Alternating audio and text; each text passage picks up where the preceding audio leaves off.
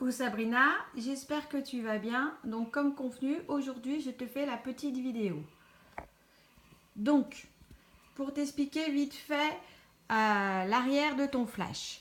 Alors, il va falloir forer ici. Donc, il faut que ton mari, là, il fore par derrière. Parce que par devant, ça peut pas taper, ça va pas, ça tape contre la partie métallique. Donc ça coince. Donc il va falloir qu'il puisse donc introduire une mèche, il me semble que c'est du 10, à l'intérieur ici pour que tu puisses glisser ton parapluie, ce qui te permettra d'avoir la stabilité dont tu as besoin. Après, en ce qui concerne donc l'arrière de ton Elinchron One, donc tu vois, c'est le même que tu dois avoir en ta possession. Donc, ça, c'est fait pour allumer ou éteindre la lumière pilote. Tu peux régler l'intensité de celle-ci. Ça, c'est pour déclencher ton flash, si tu as besoin de t'assurer que tout fonctionne bien. Ici, tu as le bip, donc tu désactives et que tu réactives. Et ça, c'est hyper important, c'est la cellule. Donc, si tu n'actives pas la cellule, les flashs ne peuvent pas communiquer entre eux, si toutefois, tu utilises plusieurs flashs. Après, ici, donc c'est pour monter ton intensité.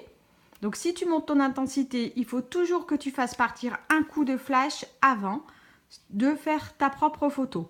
Ça, c'est pour bien que le flash, il ait le temps de se charger à la bonne intensité. Et inversement, si tu redescends l'intensité, il est important aussi que tu fasses partir un coup d'éclair pour vider le flash comme besoin est.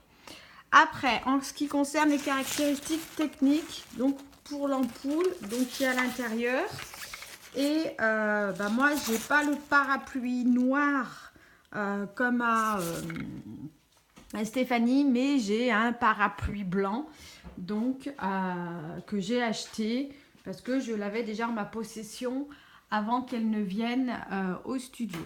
Et j'ai simplement donc rajouté par-dessus donc le grand diffuseur blanc qui nous permet donc d'avoir du coup cet effet adoucissant lumière naturelle.